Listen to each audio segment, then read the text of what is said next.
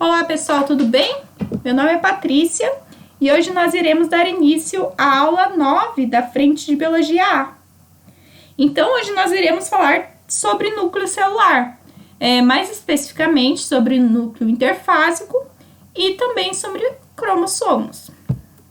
O núcleo celular é uma organela onde ocorre o armazenamento, é extremamente importante porque é nela que ocorre o armazenamento do material genético.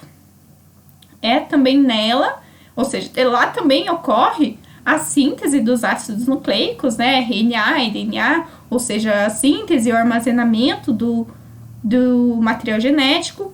É nela que ocorre o controle de que em qual momento o material será transcrito, replicado, certo? Então, essa organela, ela é de extrema importância para a célula. Ela pode ocorrer na maioria das células, ela ocorre sozinha, um núcleo, né? Um núcleo por célula. A maioria das células são mononucleadas. Aqui eu trago um exemplo de uma célula de neurônio, né? Com um núcleo. Mas também podem ocorrer células anucleadas, como é o caso das hemácias. As hemácias apresentam uma só... As hemácias não apresentam núcleo. Elas têm um tempo de vida bem curto e não apresentam núcleo. No caso do paramécio, ele apresenta 2 núcleos. Então, ela é conhecida como uma célula binucleada. O paramécio é um organismo unicelular que apresenta um macronúcleo e um micronúcleo. As células também podem apresentar vários núcleos e serem conhecidas como polinucleadas, certo? Então, o núcleo celular, ele pode ter uma conformação variada, ele é bem dinâmico, de acordo com as características e o tipo celular. A fase do ciclo celular também é determinante para a característica do núcleo celular. No caso, hoje nós falaremos sobre o núcleo interfásico. O núcleo interfásico é aquele que se encontra na intérfase, que é o intervalo entre as divisões celulares. Então, esse núcleo ele não se encontra em divisão, nem em mitose, nem em meiose, ele se encontra naquele intervalo. Então, hoje nós discutiremos sobre a composição do núcleo interfásico. Aqui no cantinho do título eu trouxe uma imagem bem pequena, mas só para a gente lembrar que hoje nós vamos falar sobre uma célula eucariótica. E qual é a principal característica da célula eucariótica? A célula eucariótica tem por característica apresentar um núcleo delimitado por uma carioteca, eucariótica e procarionte. Esses nomes, significa verdadeiro, cario, né, tem relação com a carioteca, e procarionte, que não tem essa carioteca. E como é a carioteca de um organismo eucarionte? A carioteca é a membrana que delimita o núcleo do citoplasma. A carioteca do núcleo, ela apresenta, cadê a flechinha? 2 membranas. Essas membranas são, como que é o nome? Tem uma conformação de bicamada lipídica, elas são compostas por fosfolipídios, né? E elas têm também o controle, assim como a membrana celular, de quem entra e quem sai. E além disso, como complemento, ela apresenta poros nucleares. Esses poros nucleares, eles regulam a passagem de substâncias entre o núcleo e o citoplasma. No caso quando ele controla a entrada e saída, né? Para esse controle, ele utiliza identifica as sequências sinais presentes na substância, no caso do RNA, e permite a saída e a entrada da organela. Certo? Além disso, no núcleo interfásico, a gente pode encontrar a cromatina, que são esses filamentos. A cromatina é a associação do DNA a proteínas. Essas proteínas são conhecidas como estonas. As estonas podem se reunir, né, se associar, 8 unidades estonas se associam e formam o nucleossomo. O nucleossomo, ele dá a conformação à cromatina. Quando o nucleossomo se encontra relaxado, ele forma a eucromatina. Quando ele se encontra condensado, ele forma a heterocromatina. Isso nós vamos ver um pouquinho mais para frente na aula, certo? Além disso, nós também encontramos no núcleo interfásico o nucleolo. O nucleolo é essa parte mais escura aqui. O nucleolo é onde ocorre a produção do RNA ribossômico. Ele está associado à síntese proteica. E, também nós podemos encontrar o nucleoplasma. O nucleoplasma é composto por substâncias, né, como ATP, nucleotídeos, e além disso também são encontradas enzimas que participam dos processos que ocorrem no núcleo. Então, em relação à cromatina, como nós havíamos dito, ela é o DNA associado a estonas. Essas estonas se associam, se juntam, né?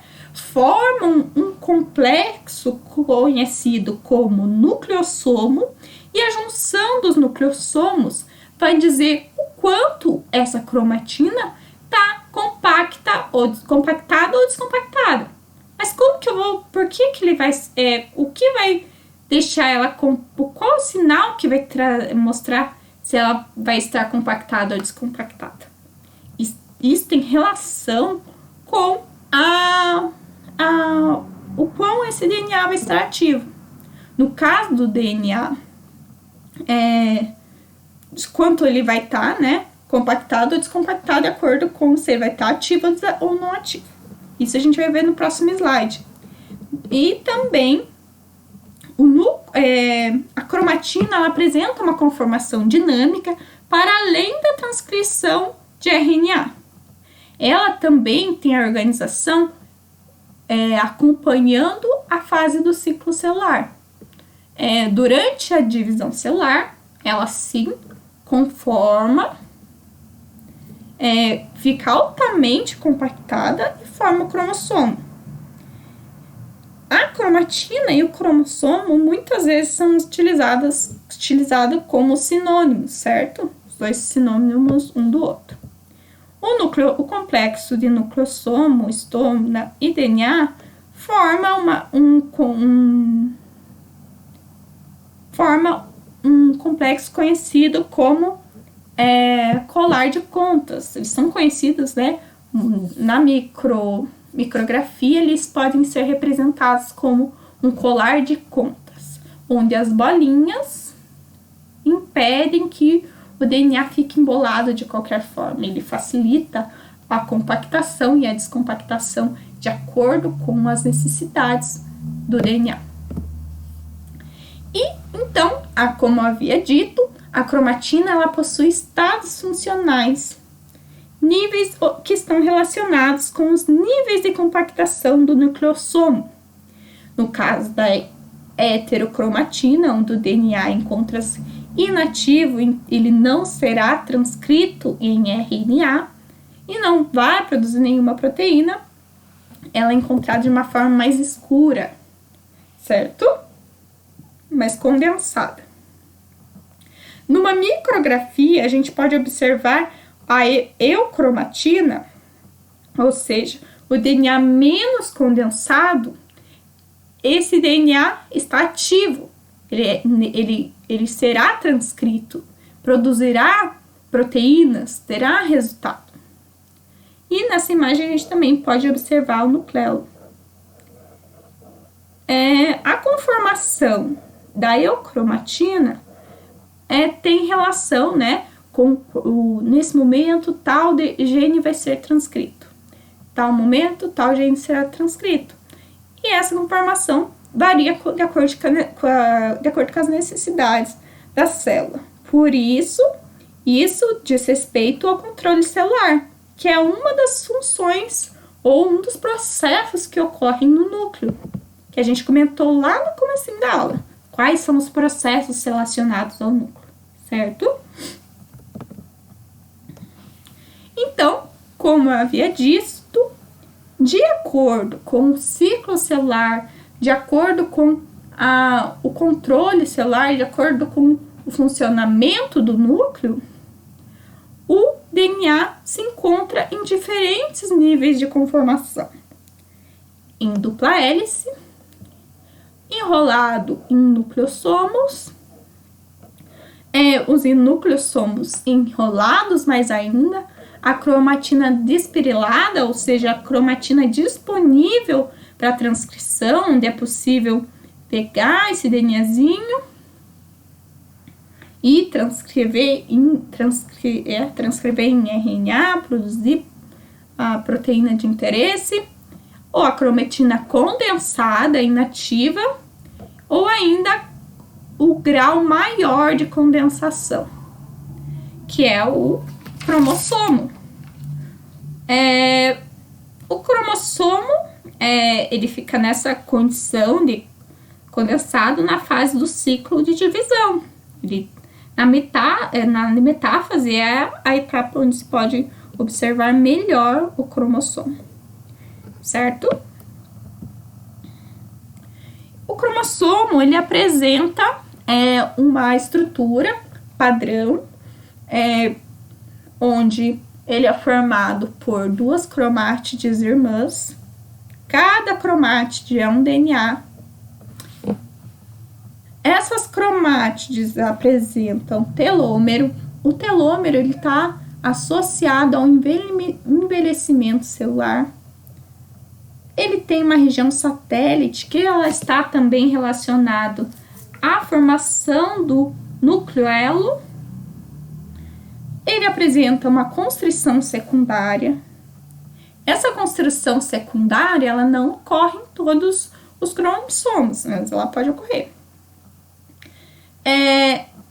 E a constrição primária, que é a principal região que a gente tem que ter atenção num cromossomo na hora de classificar, que é o centrômero, ou seja, a constrição primária, certo?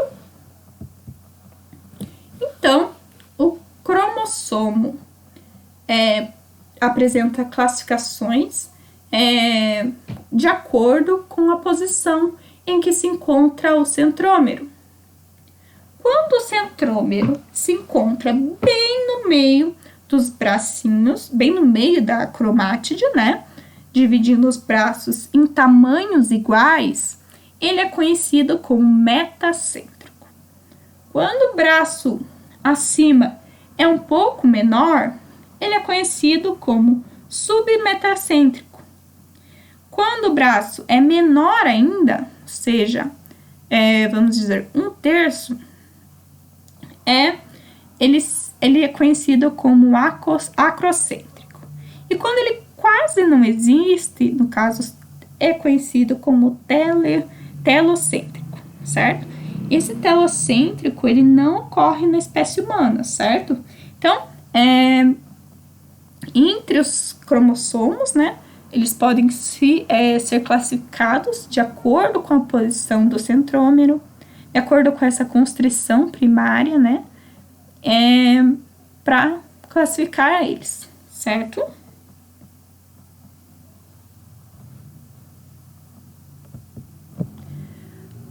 O conjunto de cromossomos de uma espécie é chamado de cariótipo.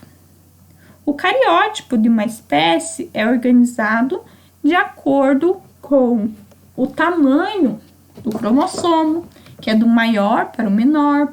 Aí eles também consideram, né, a posição do centrômero, sempre, né, o bandeamento, tudo para juntar os cromossomos homólogos.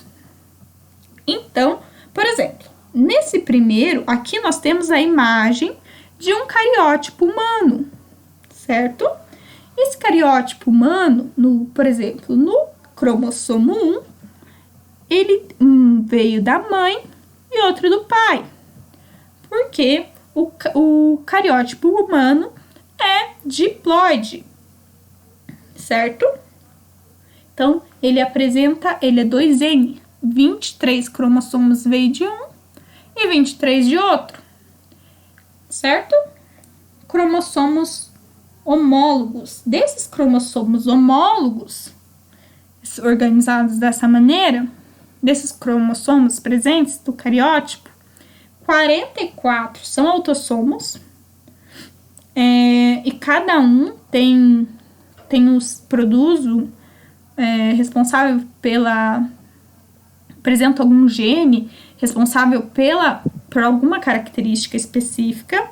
Portanto, alterações nele podem ser responsáveis por doenças ou alterações que às vezes não levam a doenças, mas a maioria são responsáveis por doenças. Então, voltando, dá uma distraída.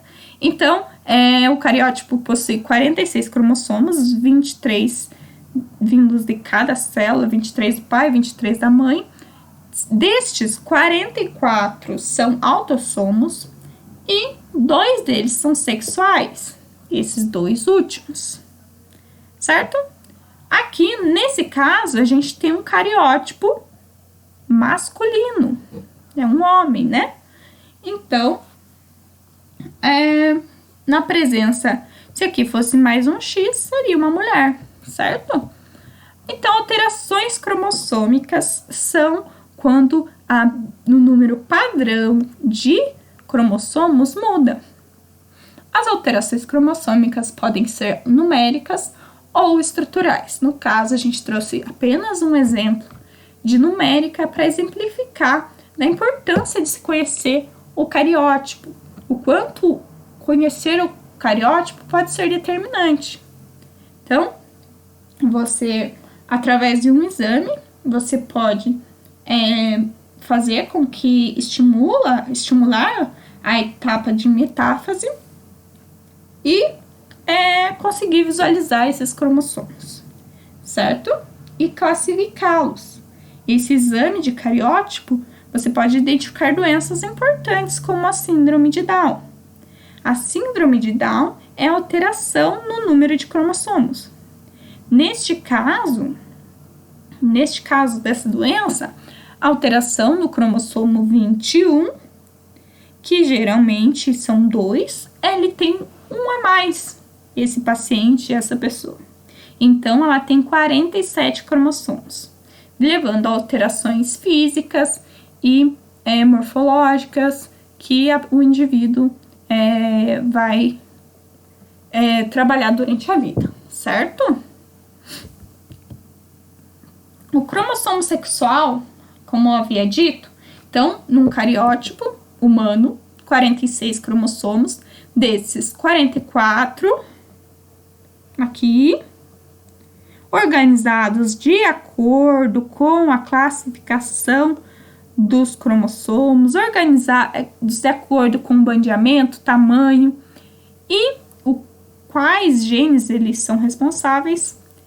44 são autossômicos e 2 sexuais.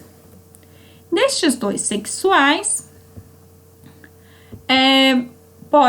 ocorre o seguinte: o masculino, como a gente viu, é XY e o feminino é XX. Essa diferença no número de cromossomos pode ser responsável, dá uma diferença, né, no indivíduo. Então, é necessário que seja compensada o número de X, Porque no caso, se não houvesse esse mecanismo de compensação, de inativação do X, o feminino teria mais genes. E isso não seria possível. E haveria uma diferença muito grande entre homens e mulheres. Então, essa região, o X, né, ele é inativado no caso das mulheres, um mecanismo de compensação de dose do cromossomo X, no qual é possível observar essa compensação, essa inativação, através de avaliando o núcleo. No núcleo é possível observar no cantinho aqui na periferia o cromossomo X. Então você pode identificar através dessa análise se a amostra é de origem feminina ou masculina. Na amostra feminina, a gente vê aqui na periferia algo condensado. Neste caso, é o cromossomo X, que é um dos mecanismos de compensação. Então, vamos lá. Explicando melhor, né? Então, aqui, a mulher, uma fêmea, apresenta 2X, enquanto o macho apresenta XY. Para compensar esse número de cromossomos, número de genes, para deixar padrão, um dos X femininos é inativado, para ser igual homem e mulher. Sendo assim, ocorre apenas um X para cada um. E como que a gente vê que essa amostra é feminina ou masculina? Através do corpúsculo de Barr, que mostra ali o cromossomo inativado, cromossomo X totalmente condensado. Por isso que fica essa bolinha escurinha, que é aquele mecanismo de condensar, né? Onde a cromatina dele fica condensadinha, então não vai ser transcrito. Esse cromossomo a mais não terá diferença, certo? Ainda assim, pode ocorrer síndromes, né? E como se identifica essa síndrome? No caso do Klinefelter, onde o masculino apresenta um X a mais, é possível observar o corpúsculo de Barr mesmo em uma amostra masculina, que essa pessoa apresenta uma síndrome para além do cariótipo, né? Você pode observar assim. No caso do triplo X, ocorre 2 corpúsculos de Barr e o cromossomo X ativo. Então, sempre será um X ativo. E o Y, no caso feminino, XY no caso masculino, e X, apenas um X no caso do feminino. Então, lembrando, só para dar uma relembrada, nós falamos hoje sobre o núcleo celular. O núcleo celular de uma célula eucariótica apresenta-se delimitado entre o citoplasma, e tem uma delimitação entre o citoplasma e o material genético. No núcleo ocorrem processos importantes como a transcrição, replicação. É nele que ocorre o controle celular, né? Qual proteína será produzida. Ele também armazena, né, o material genético, toda a informação genética. E como essa informação genética está armazenada, né? Ela pode estar armazenada em dupla fita,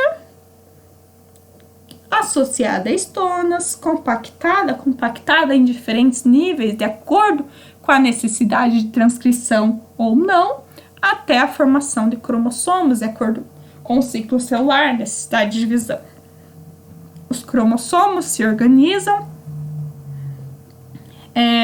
em cromátides irmãs, que apresentam telômero, constrição secundária, constrição primária e acho que é isso. E no caso da constrição primária, conhecida também como centrômero, através dessa observação você pode classificar os cromossomos. Os cromossomos podem ser classificados como metacêntrico, submetacêntrico, acrocêntrico e telocêntrico. Nesse caso da imagem, né, que tá mais simples, é um metacêntrico, porque as perninhas estão bem, os braços estão bem divididos. O conjunto de cromossomos de uma espécie é conhecido como cariótipo. O cariótipo humano é diploide. Vem metade da mãe, metade do pai. Os cromossomos são organizados no cariótipo de acordo com o tamanho, a bandagem. Os cromossomos correspondentes são organizados de acordo com o tamanho, a bandagem. E, no caso do o cariótipo humano apresenta 46 cromossomos, né? 44 são autossomos e 2 sexuais. Qual é a forma de identificar se aquela célula é feminina ou masculina? Através do corpúsculo de Barr, que mostra a inativação do cromossomo X, certo? Então, esse é um resuminho, mais ou menos, para a gente tentar lembrar o que a gente falou hoje. Foi uma aula bem completa, né? Bem complexa e cheia de informações para vocês. Eu agradeço a atenção, até mais!